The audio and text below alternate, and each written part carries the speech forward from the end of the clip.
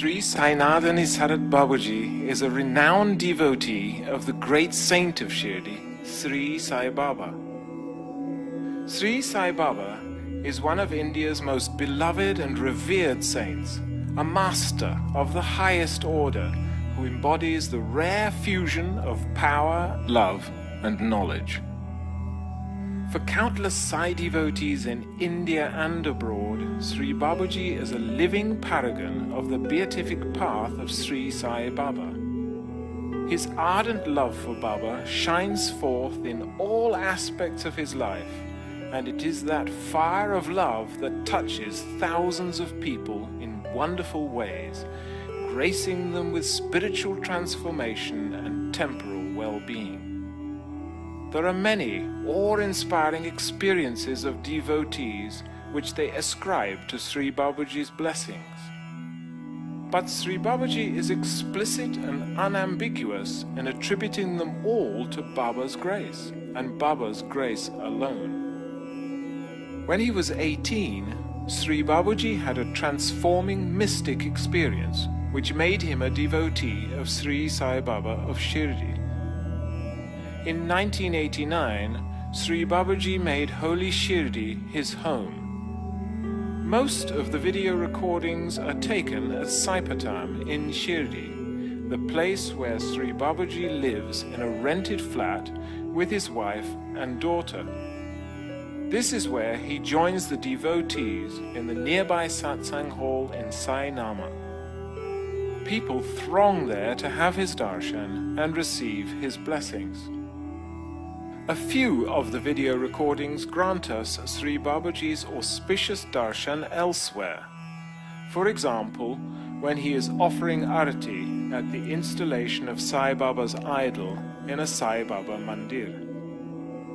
Sri Babuji insists, "I am not a guru, I am a Sai devotee, and what I share with you is my love of Sai Baba." He doesn't give lectures or public addresses. He speaks only in response to questions during occasional satsangs in an informal atmosphere at his home. The satsang extracts on this DVD have been taken from recordings of such satsangs. They provide a glimpse of his insight and original perspective on life, both spiritual and mundane. The rare and unique experience of satsang with Sri Babuji is a precious opportunity to drink from the fountain of his wisdom and bask in his infinite love. The video and audio recordings of this DVD offer sparks from the fire of his love for Sri Sai Baba. May they ignite and feed the flame of love in our hearts.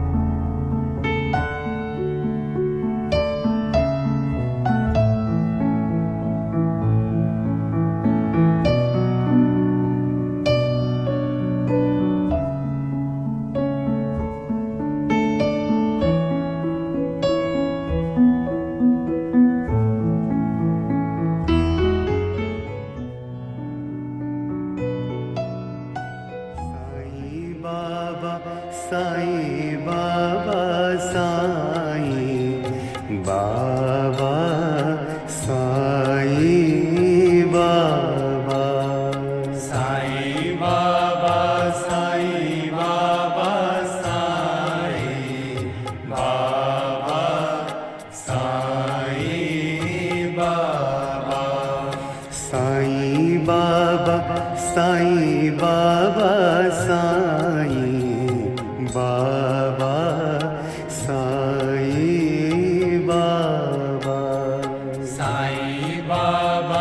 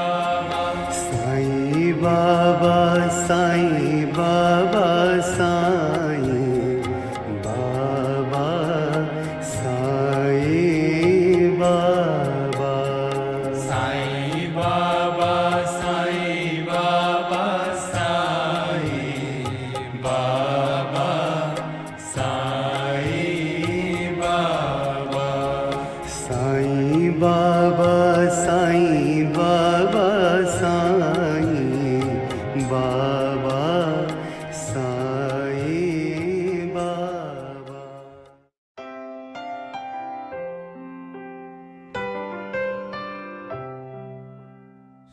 You have suffering, you have frustration. Even though that you have, you have everything, but there is something that you experience that is missing. You do not know what it is. Sometimes that you think, oh, maybe this is missing. Oh, maybe this is missing. If I get it, I will be happy. Then you try it, and when you get it, but still that missing part is there. In whatever way that you do the equation, that you don't get the real formula, how to solve this x. What is the value of this x? So our whole life becomes a wrong mathematical calculation. Not having, because why it is? Because we don't get the right formula. Then when you come in contact with a Sadguru, then it says, oh, maybe this is the x. And you start the calculation again. And usually people get the answer. That's something missing. That is why you are not happy. You have money. You have all the comforts, good relationships. Everything is there. But still people are not happy. What is missing? Love. Yes, my children love me and my wife loves me, my husband loves me. I have a good family. Love is there, but still I seek love. What is that love? No, it's not love, something else. Jnana. Okay, read books. And you get more confused. It should be an experience. What is that experience? Again you miss it. Something is always missing. And when you come in contact with a Sadguru, that it connects to that missing part in you. That is why I call a Sadguru a familiar stranger, or strangely familiar. He looks so familiar, but he is strange. We do not know why it is. He is like that. We feel that he knows so in the intimate corners of our heart, but yet we do not know what it is, what he is, what is he doing. He is static or dynamic, whether he loves me or not, whether he is doing at all anything or not. Every minute he is a stranger, but at the same time he is so familiar. That mixture, that paradox, that strangeness and familiarity, the experience of that strange familiarity is the first pull of the magnet. That is the triggering that is come into the light orbit of the magnet. In order to remove that strangeness and trying to make it more really familiar, that is concretization. He's familiar, but still strangeness is there. No, not really familiar. So what is that strangeness? What is that missing story? That is a mystery. Let us try to grab it. And the whole thing is trying to get hold of that missing story. That is what you call the path, the technique, and whatever you call it, the sadhana, the spiritual endeavor.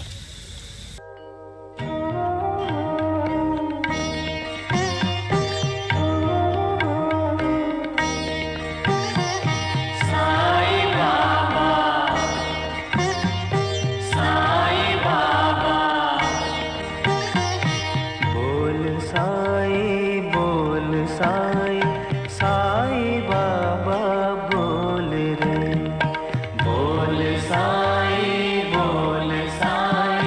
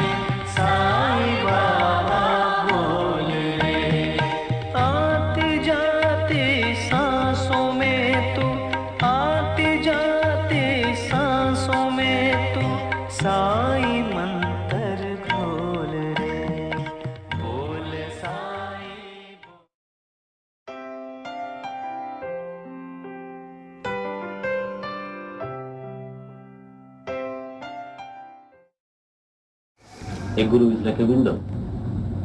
You are limited. You are conditioned in the four walls and you feel suffocated.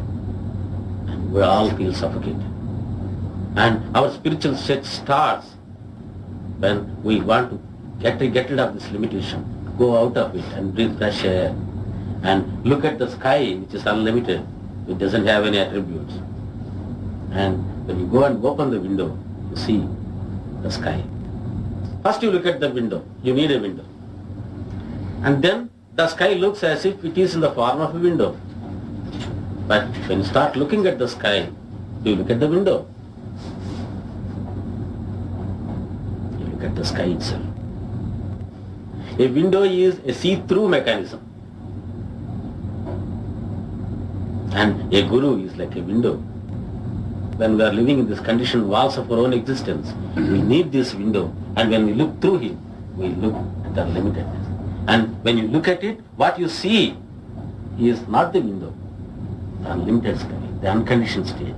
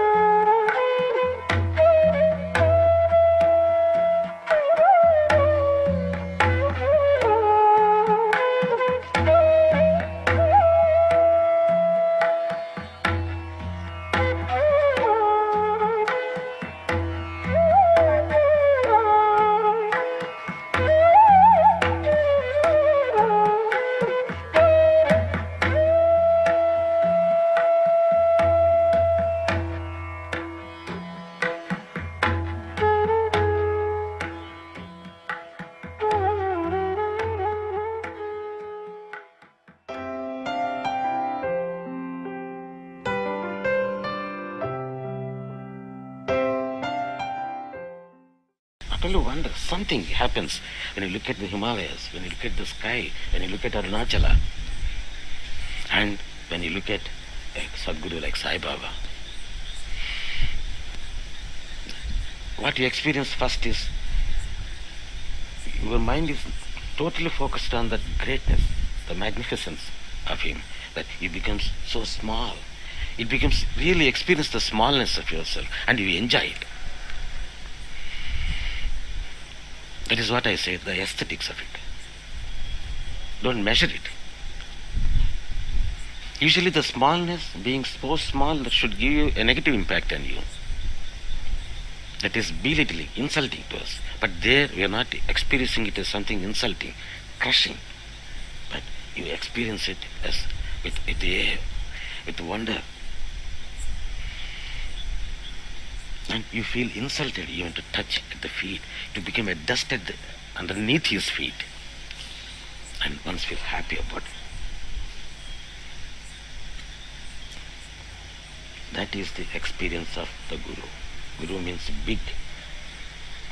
That is actually what we are focusing is not only the bigness, there is an interaction.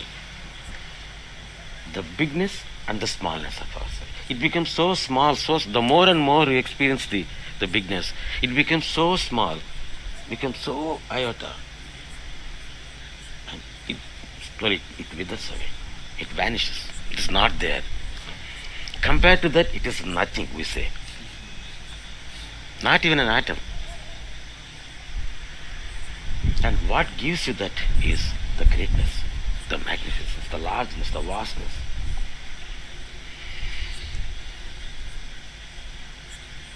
Of the Guru. That should give you an aesthetic enjoyment, happiness, and there is no room for suffering.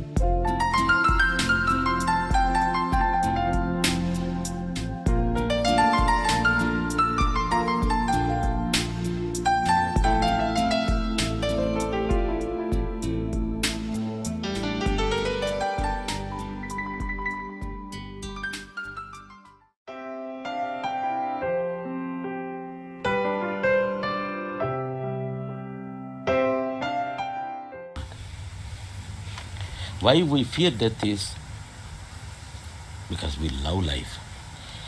Because death implies an extinction of life. So what is basis to that fear is love of life.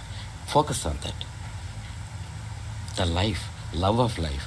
The love of life is there, but our life is not so lovable. That is the problem. So how to make the life lovable?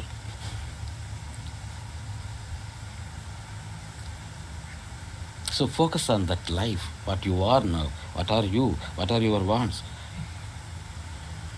what you want, and focus on that, try to get the fulfillment here. We will think of the fear of death later. And when we are going to face the inevitable, let us face it with fulfillment. Having a lovable, loving, fulfilled life, instead of having a hollow and shallow life. Is not the difference? And when you really know the nature of life, the principle of life, the true nature of life, maybe that you will realize that the death is not so fearful. That is what Bhagavan got. Not that by experiencing it that he knew that he knew the real principle of life. How lovable, how beautiful how blissful the life itself. And once he has it, he never feared death. And then he realized that the so-called fear of death is only an illusion. It is gone.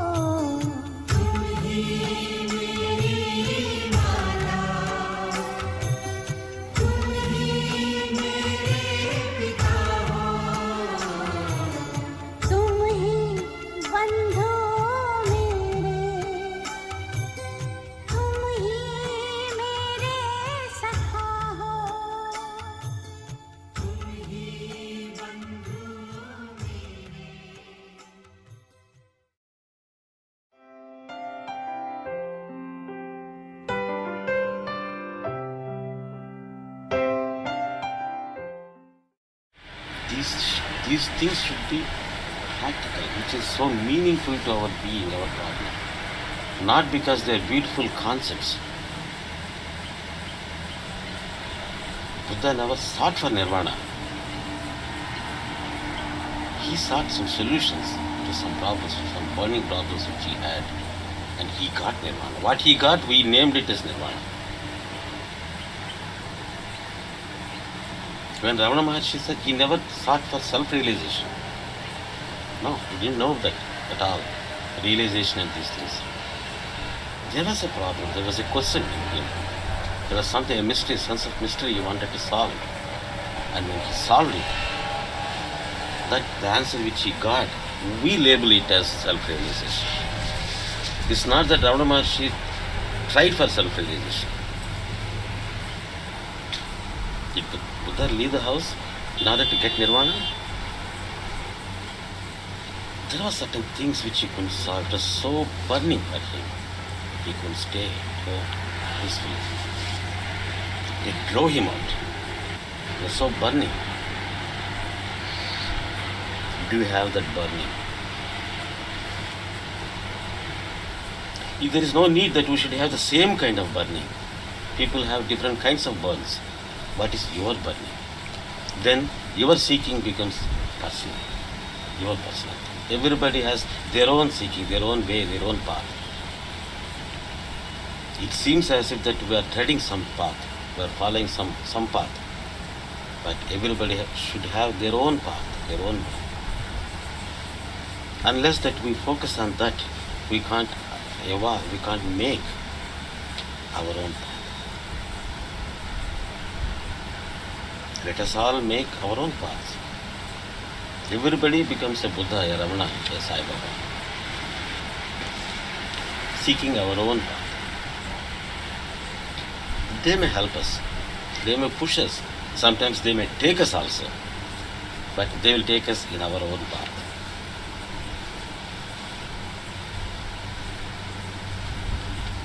So let those things be personal, not some impersonal concepts.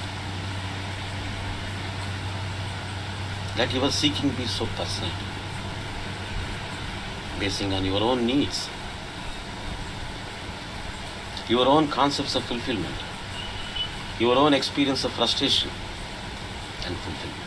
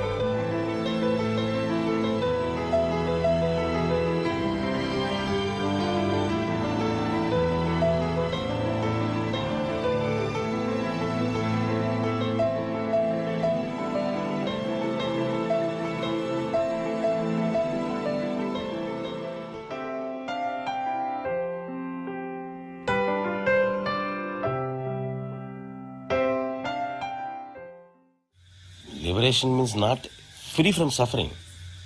Usually people say that what we want is freedom from suffering, liberation from suffering, dukkha, for janma, and so on.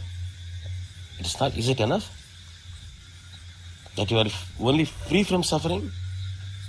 You don't want unlimited happiness, bubbling happiness? Why don't you look at it this way? So it is only one stage. It's not something that you have to become very stoic, indifferent, not having pain or happiness, pain or pleasure, happiness or unhappiness, this and that. All dvandvas and dualities have to go. No, I want happiness. I don't want pain. I want happiness. What is wrong with happiness? Why we should say it's not needed? If that happiness doesn't bring pain, yes, I like it. I like happiness that doesn't result as a consequence in any pain. It's a permanent happiness. Yes, I like it. Not simply freedom from pain.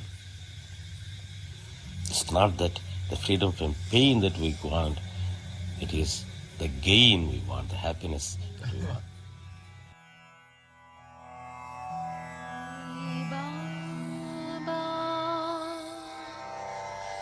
Sai Baba, Sai Baba, Sai Baba, Sai Baba, Sai Baba, Sai Baba, Sai Baba, Sai Baba, Sai Baba, Sai Baba,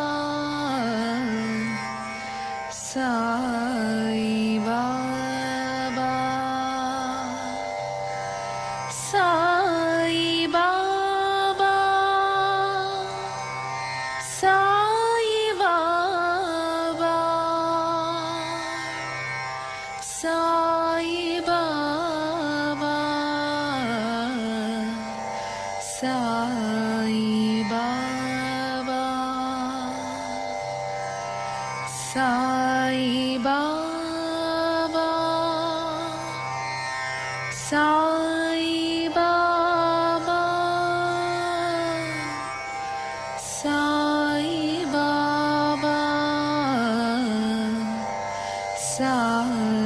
Baba, Sai Baba, Sai Baba, Sai Baba, Sai Baba.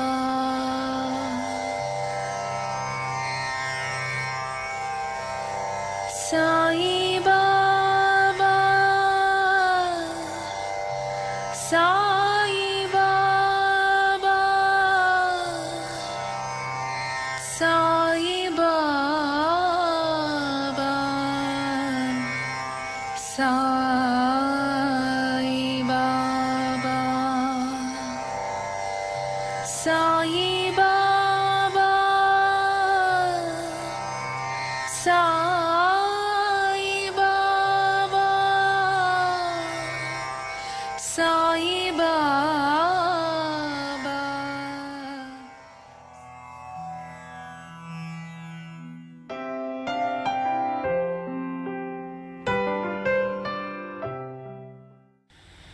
Remember 3 points. First, remembering the goal. Second, not doing things which will dilute the intensity of your goal. The third is your focus. First, you should have a goal, an objective. What do you want? Remember the objective. If at all you have an objective. Because everybody thinks that they have an object, a goal. When you come to Tirunamala, Shirdi, we think we have one. Remember that, why we are here, why we have come here. And always be remembering that. The second is to be on guard with this awareness of our purpose and our goal not be diluted or be taken astray, diverted by many situations around. Not to be pulled towards them. They are both interdependent. And in order to know whether we are aware of the goal or we are pulled astray from our path, is to see what we are doing. The third point is to do things which will keep up the focus. Are we doing it? Are we aware of our objective? Is not our purpose diluted? Are we forgetting it? Just to see how you spend the day. One day, take a sample survey, how you have spent. Why we have come here? What we are doing? What we are aspiring? Where are we going?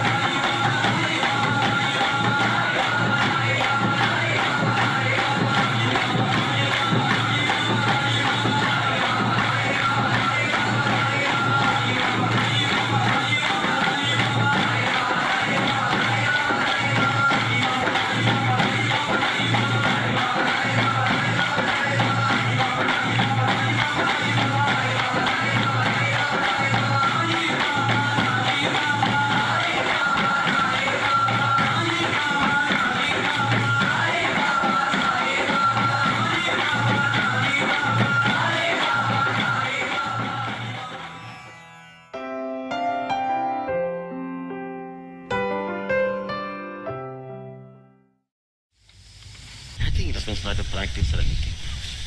Just that, as I told you, that the way the abstract triggering of the love gets more and more concrete, till so concrete that it's not different from us.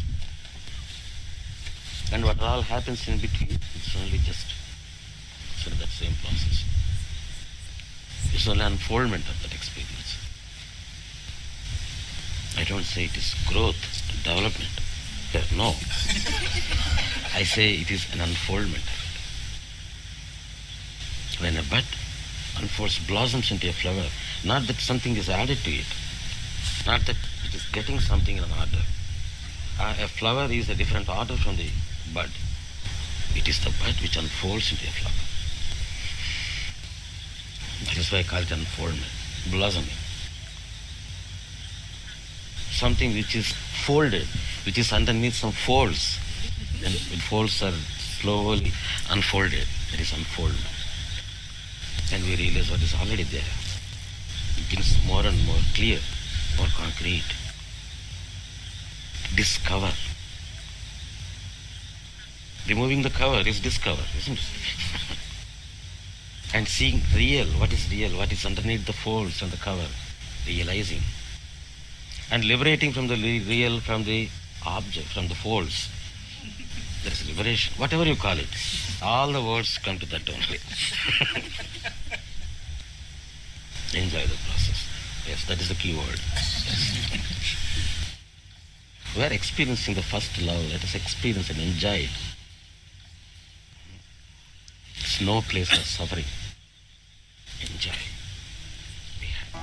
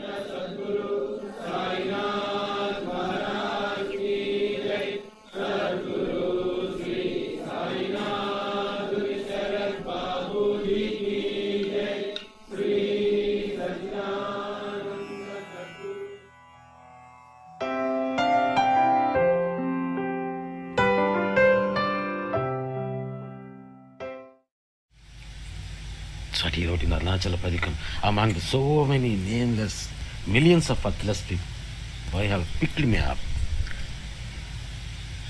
That picking shows the Rananubandha. And it gives that identity. And he lived in that identity.